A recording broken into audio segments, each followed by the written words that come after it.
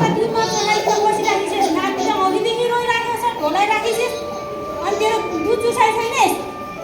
दुध आएन भने भैँसी दुध खुवाइदिन्छ, गोठभरि भैँसी छन्, हिँडेभरि दुध छ। मेरो त दुध नै आएको छैन आमा। अलिअलि आएको पनि पहेँलो र बाक्लो थियो, त्यही भए पनि अब खुवाउन लाग्दैछु।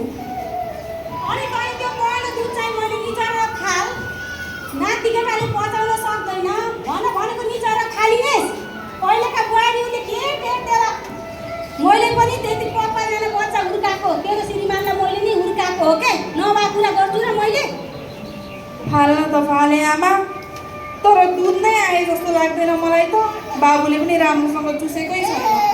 अब केही दिनमा अफिस पनि जानुपर्छ, कसरी होला यसलाई दुध पुर्याउने? मेरो त शरीरको आकृति पनि बिग्रिने हो कि भन्ने डर छ। वाह, पहिलेका बुहारीहरूलाई आकृति बिग्रिन्छ अरे, अफिस जाने हो अरे। जान त अफिस, गोठभरि गाई बस्तु पालेछु, भैँसी दुन्छु, ल्याउँछु कुँडैमा तताउँछु, अनि मह मिसाउँछु, चिनी मिसाउँछु, घोटेर मेरो नातिलाई खुवाइदिन्छु। अनि चाहिँ मेरो नाति बलियो पनि हुन्छ, अरूभन्दा छिटो पनि हिँड्छ। के चिन्ता गरिस्, जान त त। हो त नि आमाले ठिक भन्नुभयो। हेर मैले पनि ल्याक्टोजिन ल्याइदिएको छु बजारबाट किनेर।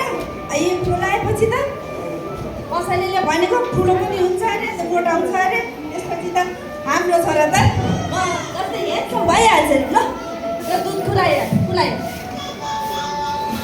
मैले बनाएर ल्याइदिएको छु।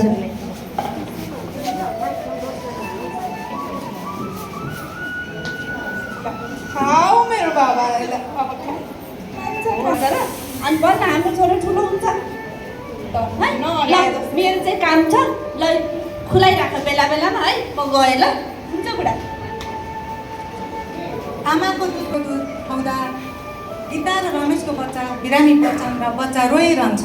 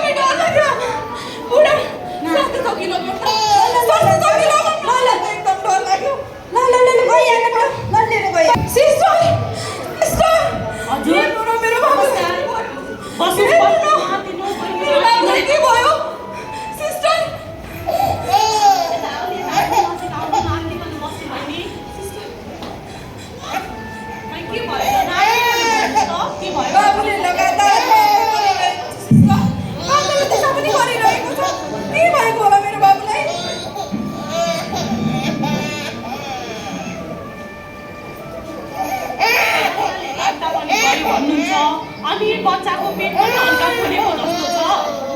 हजुरले बच्चाले के खुवाउनुपर्छ, आफूले दुध खुवाउनुपर्छ नि बहिनी। मैले पहिलो दुध त आमाले फाल्दै भनेर फालिदिएँ। अहिले त बट्टाको दुध र गाई भैँसीको दुध खुवाइरहेको छु सिस्टर। अनि यति सानो बच्चालाई गाईको दुध र बट्टाको दुध पस्दछ। यो सानो बच्चालाई त स्तनपान अमृत समान भने चाहिँ आमाको दुध पहिलो 1 घन्टामा हजुरले बिगौती दुध खुवाउनुपर्छ र चाहिँ बच्चालाई 6 महिनासम्म त आमाको दुध मात्रै खुवाउने हो। अब बट्टाको दुध गाई भैँसीको दुध बच्चाको आन्द्राले पचाउन नसकेर यस्तो भएको हो। हजुरले यस्तो अज्ञानताको कारणले गर्दा बच्चाको स्वास्थ्य नै बर्बाद पार्नुभयो बहिनी। सिस्टर अब अहिले त्यस्तै धेरै आत्तिनु पर्ने अवस्था छैन। अहिले अब मैले हजुरलाई चाहिँ स्तनपान गर्ने सही आसन कस्तो हो र सही सम्पर्क कस्तो हो भनेर चाहिँ अहिले सिकाउँछु। त्यही अनुसार अबदेखि चाहिँ हजुरले घरमा गएर आफ्नै दुध खुवाउनु, 2-3 दिन हेरौँ अवस्था कस्तो हुन्छ। तर 2-3 दिनपछि पनि अवस्था यस्तै रह्यो भने चाहिँ हामीले बालरोग विशेषज्ञलाई देखाउनु पर्छ है। हुन्छ सिस्टर, मलाई त यो दुध पनि कसरी खुवाउने आउँदैन सिस्टर। यसले त दुध चुसे जस्तो पनि लाग्दैन मलाई। होइन शरीरको आकृति पनि बिग्रिने हो कि? अब बच्चालाई चाहिँ हामीले स्वास्थ्य राख्न जरुरी छ। हेर्नु बहिनी, शरीर भनेको पछि पनि बन्छ, पछि पनि त्यसलाई मिलाउन सकिन्छ, तर बच्चाको स्वास्थ्यसँग खेलवाड गर्नु हुँदैन। अब हजुरले सिक्नुहोस् है, कसरी सही तरिकाले दुध खुवाउने, कसरी बच्चालाई सही आसनमा राख्ने र बच्चाले दुध चुसेको छ कि छैन भनेर हामीले कसरी बुझ्ने भनेर मैले भन्छु। सुरुमा त बच्चालाई चाहिँ हामीले सिधा जस्तो हजुरलाई सजिलो हुने तरिकाले बस्नु र यो बच्चालाई सुरुमा हामीले सिधा पारेर राख्नुपर्छ। बच्चाको अनुहारलाई आमातिर फर्काउनुपर्छ र त्यसै गरी आमाको पेट र बच्चाको पेटलाई चाहिँ टाँस्नुपर्छ। यसले गर्दाखेरि बच्चाले न्यानोपनको अनुभूति पनि गर्छ र बच्चालाई म सुरक्षित छु, आमाका काखमा छु भन्ने अनुभूति हुन्छ र यो हातले बच्चालाई पिठ्युसम्म यसरी समाउने र यताको हातले चाहिँ मजासँग समाएर बच्चालाई चाहिँ आफूतिर च्याप्नुपर्छ। यसरी चाहिँ बच्चालाई चाहिँ सही आसनले हामीले राख्न सकिन्छ। र अब दुध कसरी खुवाउने भन्ने कुरा सही सम्पर्क के हो त भन्दा दुध खुवाउँदाखेरि बच्चाको मुख गरेको यसरी हेर्नु त पूर्ण रूपमा खुलेको हुनुपर्छ र बच्चाको चिउडोले आमाको स्तनलाई छोएको हुनुपर्छ र दुध खुवाउँदाखेरि स्तन वरिपरिको जुन कालो भाग छ त्यो कालो भाग तलतिरको पट्टि चाहिँ देखिँदैन भने माथितिरपट्टि अलिकति मात्र देखिन्छ। दुध चुस्दै गर्दा बच्चाको तलतिरको ओठ चाहिँ बाहिर फर्किएको हुनुपर्छ। यसरी दुध खुवाउनुहोस्। दुध खुवाउँदाखेरि 10 देखि 15 मिनट एउटा दुध खुवाउनुहोस् है र 2-3 मिनटमा स्तन परिवर्तन गर्दै दुध नखुवाउनु होला। किन भन्दा पौष्टिक तत्त्वहरू सम्पूर्ण मात्रामा बच्चाले नपाउनु सक्छ। 10-15 मिनट एउटा स्तनको दुध खाली भइसकेपछि बल्ल अर्को स्तनको दुध खुवाउनुपर्छ। अनि अर्को हामीले जान्नै पर्ने कुरा भनेको दुध खुवाइसकेपछि बच्चालाई डकार गराउन अथवा ढाउ गराउन बिर्सिनु हुँदैन। यसरी बच्चाले हामीले आफ्नो पिठ्युमा बोकेर ठाडो पार्ने 10 देखि 15 मिनटसम्म ठाडो राख्ने र मजाले उहाँको बच्चाको चाहिँ ठाडमा सुमसुमाउनुपर्छ। यसरी बच्चाले डकार गरिसकेपछि अथवा ढाउ गरिसकेपछि बच्चाको पेटमा भएको हावा दुध चुस्दाखेरि गएको हावा बाहिर निस्किन्छ र बच्चालाई पेटमा हुने समस्या उल्टी गर्ने समस्या चाहिँ कम हुन्छ। र अब हजुरले बुझ्नुभयो नि बहिनी, बच्चालाई चाहिँ आफ्नो मात्रै दुध खुवाउने है। हजुरको लापरवाहीले गर्दाखेरि बच्चा धन्न समयमा लिएर आउनु भयो, नत्र भए जे पनि हुन सक्थ्यो। अबदेखि ल्याक्टोजिनहरू खुवाउनु भएन।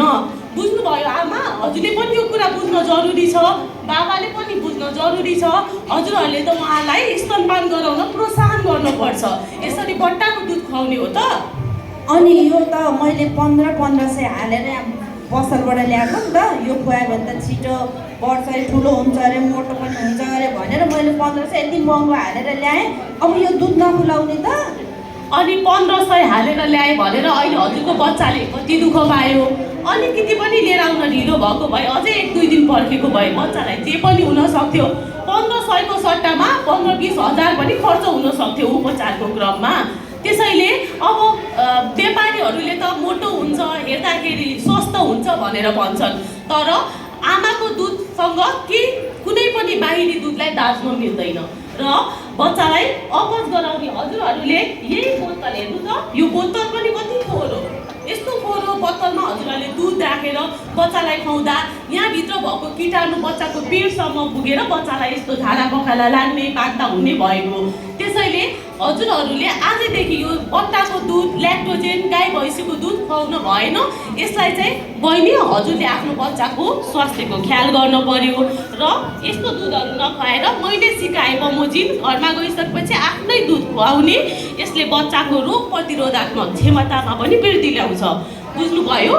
र अरू केही समस्या भएमा 1-2 दिनमा बच्चालाई ठिक भएन भने फेरि हजुरहरू यहाँले बच्चालाई चाहिँ यही स्वास्थ्य संस्थामा लिएर आउनु। हामीले चाहिँ बाल रोग विशेषज्ञलाई नै देखाएर अब अगाडि चाहिँ सल्लाह लिनुपर्छ।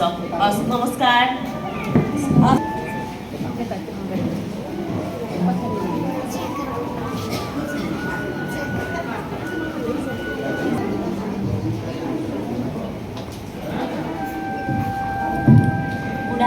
मैले बाबु जन्मेको 1 घन्टामै बाबुलाई बिगौती दुध खाएको भए केही पनि खुवाउँदिनँ। हो त, तर सुनिता, तिम्रो त अब अफिस खुल्ने बेला भयो। तिमी त अब दिनभरि अफिस जान्छौ। दिनभरि बच्चालाई दुधको व्यवस्थापन कसरी गर्ने होला त नि? त्यसको चिन्ता नलिनु न हजुरले। मलाई सिस्टरले सिकाउनु भएको छ सफा गजौरामा आफ्नो दुध निचोरेर राख्ने। अनि सामान्य तापक्रममा पनि 4 देखि 6 घन्टासम्म त्यो दुध बिग्रिँदैन नि त। म अफिस गएको बेलामा हजुरले र आमाले खुवाइदिइहाल्नुहुन्छ नि। न बट्टा चाहियो न गाई भैँसीको दुध नै चाहियो। हो त वा कस्तो राम्रो उपाय। हुन त अस्ति हामी स्वास्थ्य चौकी जाँदाखेरि सिस्टरले पनि हाम्रो आमाको दुधमा 88% पानी अनि बाँकी सबै पोषणयुक्त खानेकुरा हुन्छ भन्नुभएको थियो। त्यसपछि यो बाहिर बजारको यो बट्टाको दुध किन्ने पैसा पनि खेर गएन, हाम्रो बच्चा पनि स्वस्थ रह्यो। त्यही त। अनि मैले राम्रोसँग दुध खुवाएको भएर होला मेरो पाठेघर पनि ठाउँमा गएको महसुस भएको छ मलाई। अनि सुन न बुढा, दुध राम्रोसँग खुवायो भने त स्तन क्यान्सरको जोखिम पनि कम हुन्छ अरे नि त। तिमी बस्दा बस्दा दिक्क पनि लागिसक्यो होला है। एकछिन हामी हिँडुल गरेर आऊ है त। बच्चालाई म समाइहाल्छु नि।